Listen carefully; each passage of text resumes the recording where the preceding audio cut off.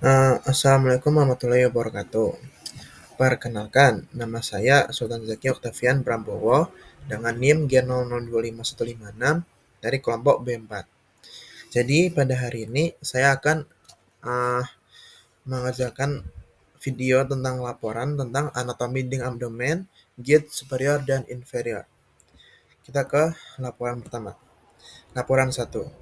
Dava sedang maraton One Piece dari episode 1. Ia melihat Zoro sering berlatih angkat beban dan punya perut six pack. Dava juga ingin punya perut six pack seperti Zoro dan memutuskan untuk mulai latihan. Namun, ia bingung harus melatih otot apa, sehingga ia bertanya pada kamu yang kebetulan sedang mempelajari anatomi abdomen. A. Jelaskan pembagian lapis dinding abdomen antara lateral dan posterior. B. Jelaskan mengenai sistem otot yang ada di abdomen. C. Jelaskan mengenai organ retroperitoneal dan intraperitoneal. Oke, jadi sini kita mulai dulu dari pembagian 9 regio dulu ya. Nah, pertamanya ada regio hipokondrium dextra. Terus ada yang tengah nih regio epigastrium, terus ada regio hipokondrium sinistra. Habis itu bawahnya hipokondrium ada regio lateralis dextra sama regio lateralis sinistra. Terus ini ada yang di tengahnya ada regio umbilicaris. Habis itu nih yang paling bawah tuh ada regio inguinalis dextra sama regio inguinalis sinistra. Habis itu di tengahnya bagian bawah tuh ada regio pubicum. Next kita ke dinding abdomen anterolateral. Nih pertama kita yang anterolateral dulu ya. Pertama tuh ada kulit, terus ada fascia superficialis, terus ada ada fascia campar, ada fascia scarpa, ada fascia profunda, dan juga ada musculi et aponeurosis.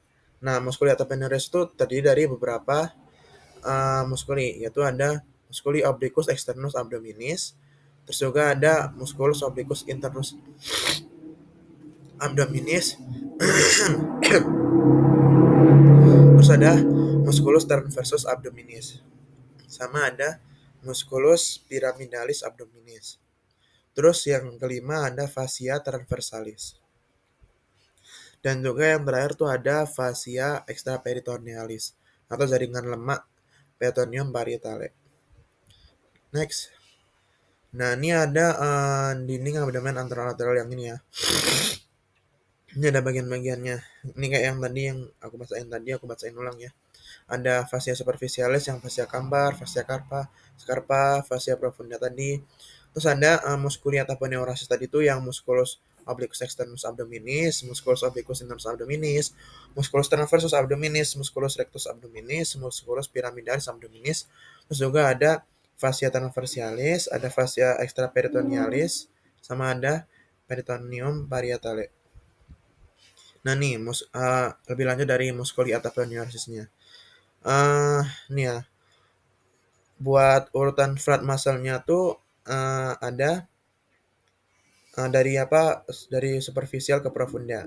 Pertama tuh ada musculus obliquus externus abdominis, habis itu ada musculus obliquus internus abdominis, baru ada yang terakhir tuh di bagian profunda tuh musculus transversus abdominis.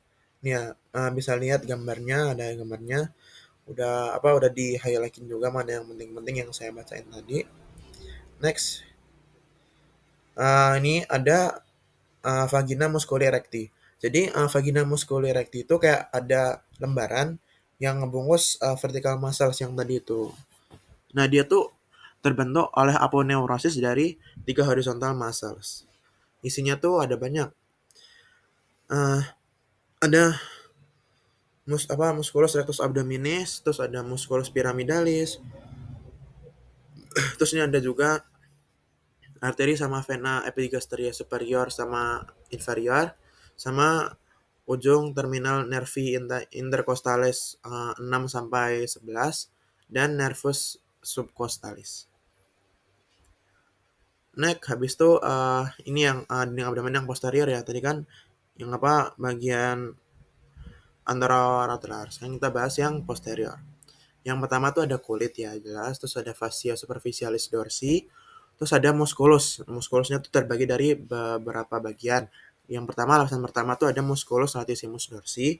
Terus ada lapisan kedua. Lapisan kedua tuh ada musculus obliquus externus abdominis. terus ada musculus erector spinae, terus juga ada musculus longissimus dorsi, terus ada musculus serratus posterior inferior. Habis itu lapisan ketiga ada musculus multifidus, terus ada musculus interspinalis, terus ada musculus obliquus internus abdominis. Nah, habis itu nih lapisan yang terakhir musculus quadratus lumborum, habis itu musculus ellipsoas, habis itu ada musculus transversus abdominis. Habis itu yang lapisan yang nomor 4 ada fascia extraperitonealis atau jaringan lemak peritoneum parietale yang tadi mirip sama yang tadi. Habis itu kita masuk ke organ-organ data peritoneal.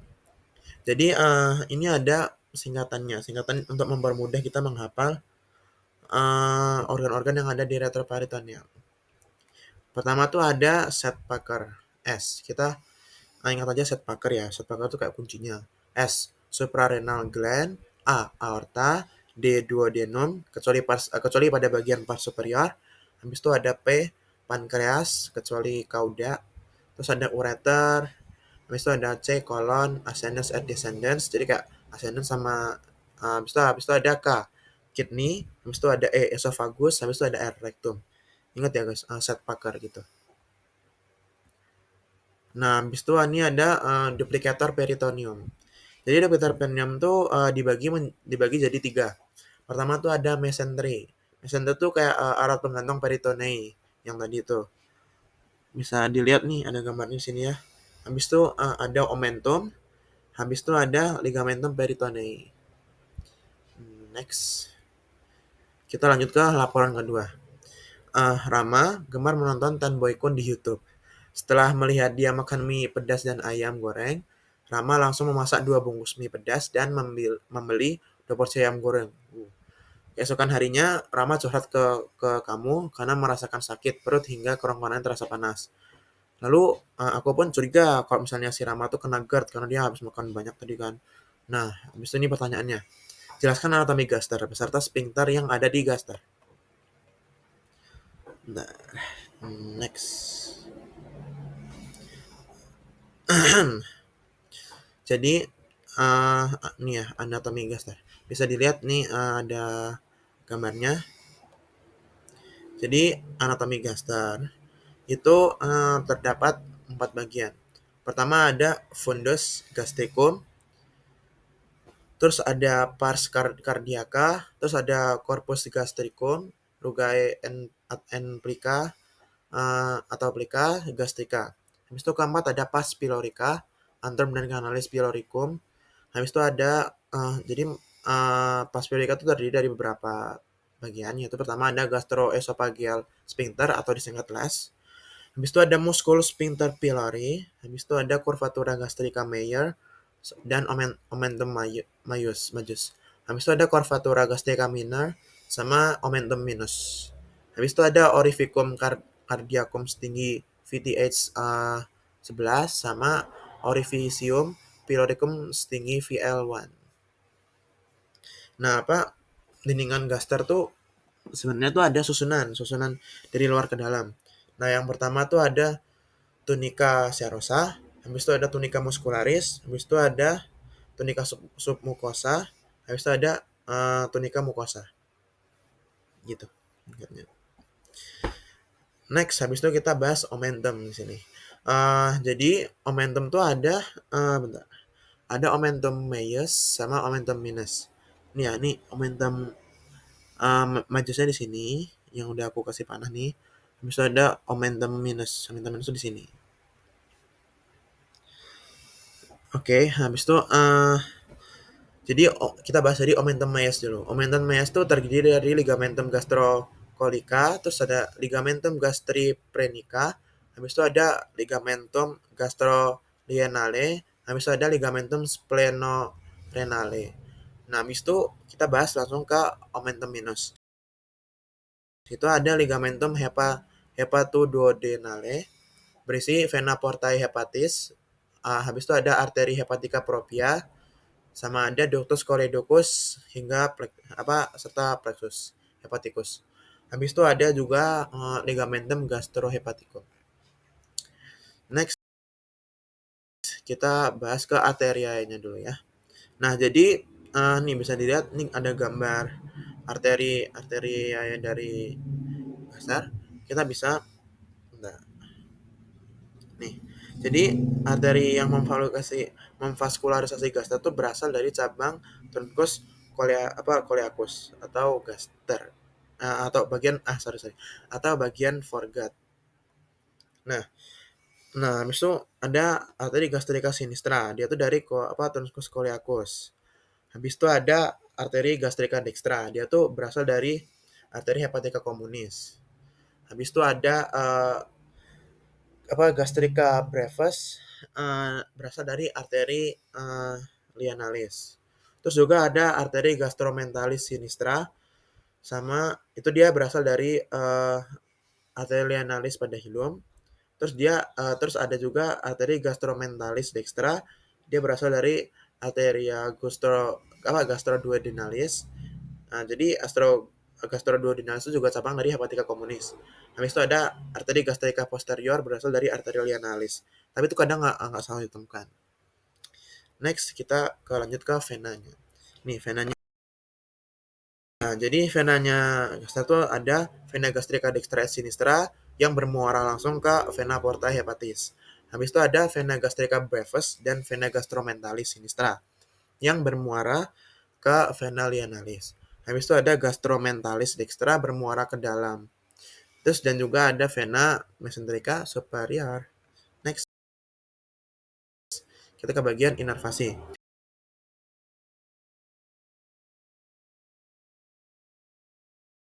Sympathicus sama nervus planicus meius sama plexus coeliacus. Lalu buat parasimpatisnya tuh dia dari nervus vagus. Nah, habis itu ada musculus sphincter pyloricus. Dia tuh gunanya tuh buat mendapatkan impuls inhibisi dari nervus vagus. Next,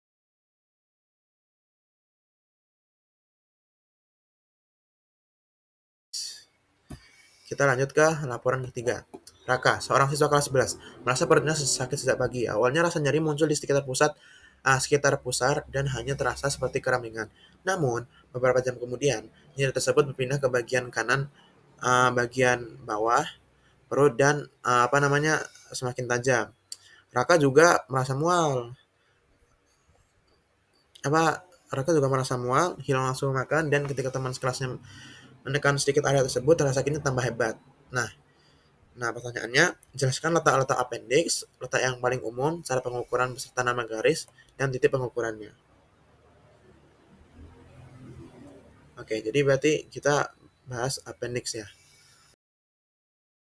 Nah, jadi ini adalah gambar dari appendix veriformis. Nah, apa sih appendix veriformis itu?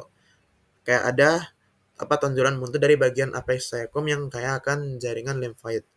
Nah, dasarnya itu melekat pada permukaan posteromedial caecum di bawah junctura iliocoelacus. Nah, panjangnya appendix veriformis itu bervariasi, bisa sampai 6 sampai 13 cm. Nah, habis itu dia tuh juga bisa dilihat ini ada menurut garis Monro-Pichter. Nah, jadi menurut garis Monro-Pichter itu dia diukur dari sias dextra ke umbilicus. Pangkal appendix terletak sepertiga lateral garis Monro-Pichter yang disebut sebagai titik McBurney. Habis itu ada pendapat kedua menurut garis Lanz. Nah, jadi menurut garis Lanz dia tuh diukur dari sias dextra sampai sias sinistra. Jadi ujung appendixnya adalah pada titik 1/6 lateral dextra. Habis itu lanjut, ada variasi letak pada appendix. Pertama ada appendix retrocaecal. Nih yang pink ini. Yang 11 o'clock ya. Ada tandanya ke arah 11 gitu. Arah 11. Nah, appendix retrocaecal ini tuh dia terletak di belakang caecum menengah ke atas. Dia tuh bentuk yang paling umum nih. Jadi kayak misalnya bentuk apa sih yang paling umum dari appendix? Nah, kalian jawab aja appendix retrocaecal. Habis itu kita lanjut ke appendix postilealis. Nah, atau bisa disebut post-ileal nih yang warna biru ini ya. Dia ke arah 1 or 2 o'clock. Jadi ke arah 1 atau arah jam 1 atau arah jam 2. Nah, jadi si appendix posterioris tuh dia terletak lebih mengarah ke kiri di belakang ileum dan mesenterium. Habis itu uh, next ada appendix pelvicum mengarah ke bawah. Nah, jadi ini kita lihat appendix pelvicum dulu nih yang ini nih yang kuning. Jadi si appendix pelvicum ini tuh dia mengarah ke bawah. Terus dia juga melewati psoas Meyer dengan ujungnya melebihi tepi atas panggul bawah.